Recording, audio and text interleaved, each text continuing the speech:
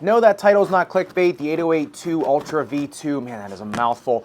It has been the best performing shoe that I have tested this year. It doesn't mean it's necessarily best overall basketball shoe of the year, and it might not be the best shoe for you, so let's find out if it is or isn't. Here we go. Now the 808 line has gone through a lot of iterations just in the last year or so, and most of those upgrades and differences come within the uppers, them adding materials, changing materials, kind of adding little features. But you know, the shell of the 808, kind of from heel to toe, has always been this knitted material. Now it is a braided knit, so it is very strong. Then underneath of that knit, kind of compressed onto it, is also this TPU layering underneath of it, as well as a super long and pretty strong TPU stabilizer on the outside of it. They call it a dynamic stabilizer, but what I've noticed in it is it's just kind of allowed to mold around your foot, and that's what I think gives it so much stability, but also so much performance, in that it allows you a lot of freedom and movement, but it also catches your foot when you're kind of going a little bit too far. But the two upgrades that stood out most to me, one I thought was going to be really good, one I didn't really think was going to do anything, was the dynamic shell, which is the ankle collar, as well as the carbon fiber plate in the heel counter. Now this dynamic shell here in the ankle collar, I did think was going to give a lot of nice feedback, a lot of nice biofeedback, and it really did. It does make the shoe feel like it's an extension of your leg, like your tibia and fibula is just kind of going right into the shoe, which is really awesome. And then right underneath that is just a ton of padding around the ankle collar, really sinks you into this, so it is a super glove-like fit. Now the carbon fiber plate in the heel, I wasn't sure if it was going to do enough because it is a drop-in midsole.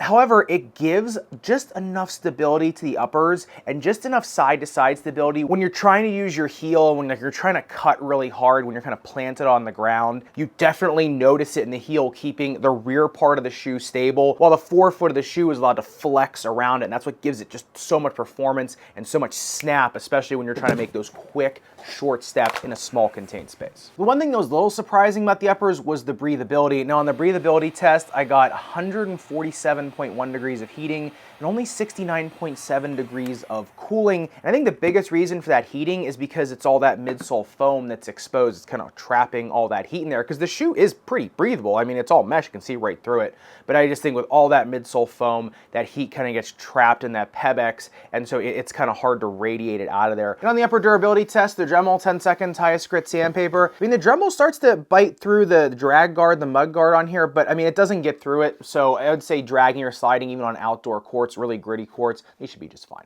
Now, this is an entire bed of boom foam in the drop-in midsole here. Now, what's interesting is boom foam, what I was reading a little bit about, is a supercritical foaming type product. And what supercritical fluid is I guess it's a substance that is at such a high enough pressure that it's not a liquid or a gas state. So it retains all kind of the light properties of a gas, but you're kind of able to form it like a fluid. And so what happens is you get all this gas kind of trapped into this midsole foam, which makes it so light and airy and light and elastic. And at least that's kind of my interpretation of how they use a supercritical fluid foaming, because obviously it comes out as a foam afterwards.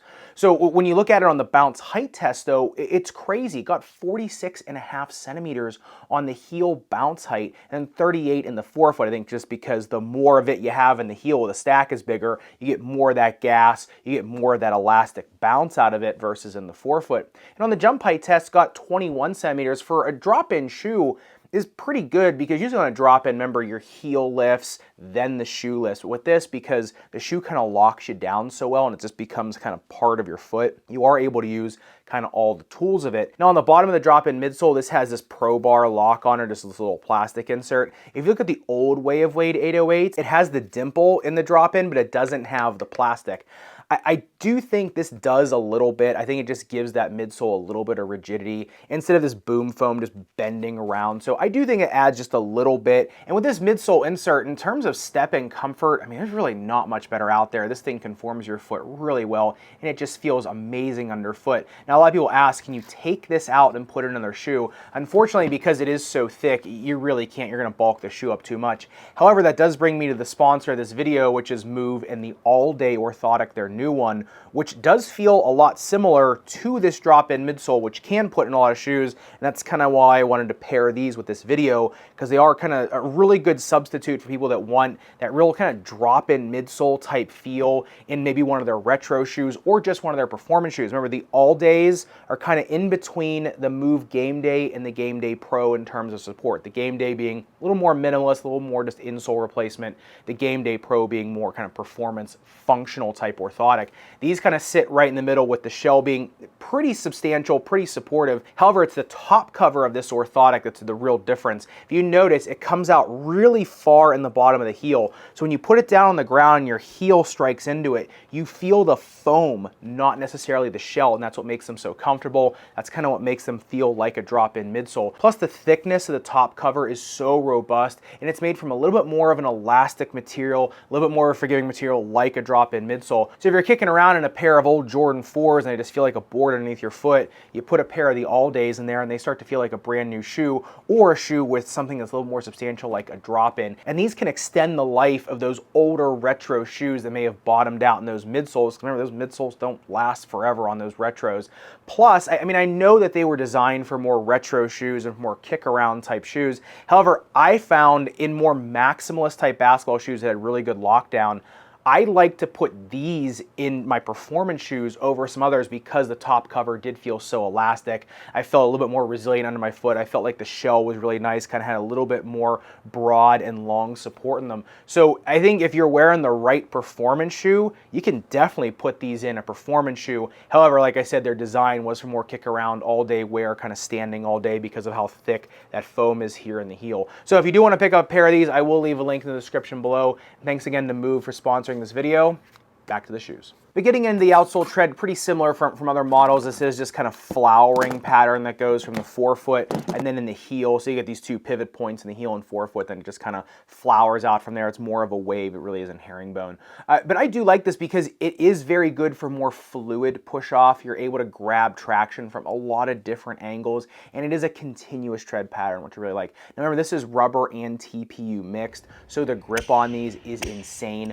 I did notice they did pick up a lot of dust on the court. However, unlike some other shoes that day that were picking up kind of equal amounts of dust, these did not lose traction when they picked that dust up. They were still very stop on a dime type shoes, and I really had a lot of confidence even when I kind of looked at them. They looked like they were going to start slipping. They still didn't. I think that's kind of that mixture of rubber and TPU in there. And looking at the speed ratio, these come in at a 2.56, which is pretty good. It's not super elite, and it's not bad either. It's pretty above average. But what I noticed on these is in terms of very quick speed, getting up to speed very quickly and making very quick cuts and turns, these are one of the fastest shoes I've ever put on. So I'd say in terms of creative speed, if that's a thing, these are like a 20 out of 5 in terms of speed. But overall, these are still a wickedly fast shoe when it actually gets on your foot. And on the outsole durability test, 10-second tie grit sandpaper, not even a millimeter of damage, almost a millimeter, but not a millimeter damage. 18.3 on the durometer. This is really hard rubber compound. So even on an outdoor court, these are going to grip and last pretty well. So I'd say something that you want for a really kind of great moving shoe that you can cut really hard on whatever court you're going to be on, and these aren't going to kind of bottom out really quick. This is a very good all court type shoe. But getting into the fit of the Ultras, if you're a narrow, medium, or wide foot, you can just go true to size on these. If you are a really narrow foot and you want that performance fit, I probably would be going down a half size on these just so that dynamic shell kind of wraps around you really tightly. However, in terms of a snake bitten foot, remember, this is Pebex foam. It's super forgiving. The shock absorption on these is phenomenal, even without a really stiff shank underneath of there. That carbon fiber plate in the heel does stop a lot of twisting and turning. So if you are someone that has kind of that micro motion type injuries, like little tendonitis type things, plantar fasciitis, things are really accentuated by micro or even macro motion, these are going to be really nice. Like I said, the only bad thing is you can't throw an orthotic in them. However, that Pebex foam does mold your foot. So while these shoes are new and even kind of in their midlife, they are going to feel very nice underfoot. That's the one great thing about a Pebex type foam, is that they are super resilient for a decent amount of time. But last but not least, the all-important Playability, the 808 2 Ultra V2, I think I said that right.